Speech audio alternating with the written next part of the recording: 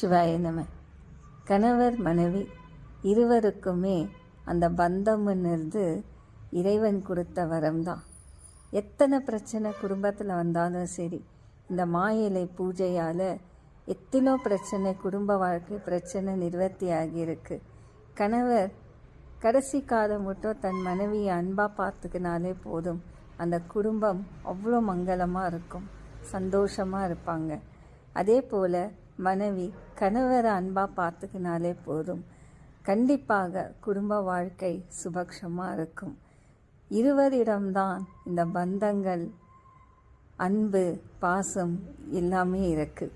கணவர் மனைவி சந்தோஷமாக இருந்தால் பிள்ளைங்க சந்தோஷமாக இருப்பாங்க. இதுதான் குடும்ப வாழ்க்கை. என்றைக்குமே கணவர் மனைவி விட்டு பிரிய வேண்டாம், சேர்ந்து வாழ பாருங்கள். உங்கள் வாழ்க்கை பிரகாசமாக இருக்கும். சிவாய நம.